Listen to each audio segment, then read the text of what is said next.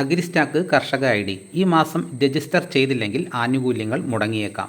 കേന്ദ്ര സർക്കാരിൻ്റെ വിവിധ കാർഷിക ആനുകൂല്യങ്ങൾ കാലതാമസമില്ലാതെ കർഷകരിലേക്ക് എത്തിക്കുന്നതിനായി കേന്ദ്ര സംസ്ഥാന സർക്കാരുകൾ സംയുക്തമായി നടപ്പിലാക്കുന്ന അഗ്രിസ്റ്റാക്ക് കർഷക രജിസ്ട്രി പദ്ധതിയിൽ സംസ്ഥാനത്തെ മുഴുവൻ കർഷകരും ഈ മാസം തന്നെ രജിസ്റ്റർ ചെയ്യണമെന്ന് കാർഷിക വികസന കർഷക ക്ഷേമ വകുപ്പ് അറിയിച്ചു.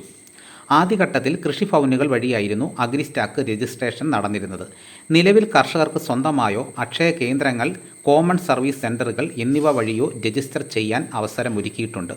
നിലവിൽ സ്വന്തമായി ഭൂമിയുള്ള കർഷകർക്ക് രജിസ്റ്റർ ചെയ്യാം. രജിസ്റ്റർ ചെയ്യുന്നവർക്ക് ഏകീകൃത കർഷക ഐ.ഡി. ലഭിക്കും. ഭാവിയിൽ കേന്ദ്ര സർക്കാരിൻ്റെ കാർഷിക ആനുകൂല്യങ്ങൾ ലഭിക്കുന്നതിന് ഈ ഐ.ഡി. നിർബന്ധമായിരിക്കും.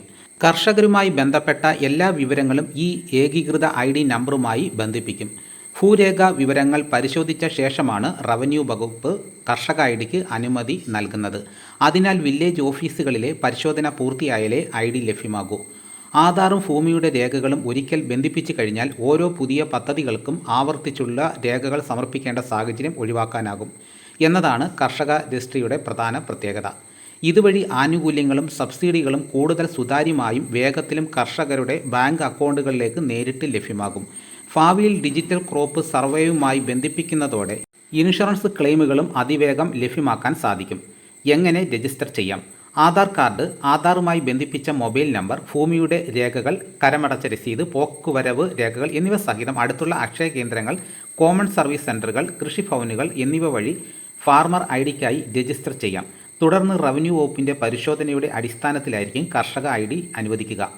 പ്രത്യേക ക്യാമ്പുകൾ ഈ മാസം അവസാനത്തോടെ പരമാവധി കർഷകരെ പദ്ധതിയുടെ ഭാഗമാക്കുന്നതിനായി കൃഷിഭവനുകളും കർഷക കൂട്ടായ്മകളും ചേർന്ന് വാർഡ്, പഞ്ചായത്ത് തലങ്ങളിൽ പ്രത്യേക ക്യാമ്പുകൾ സംഘടിപ്പിക്കും.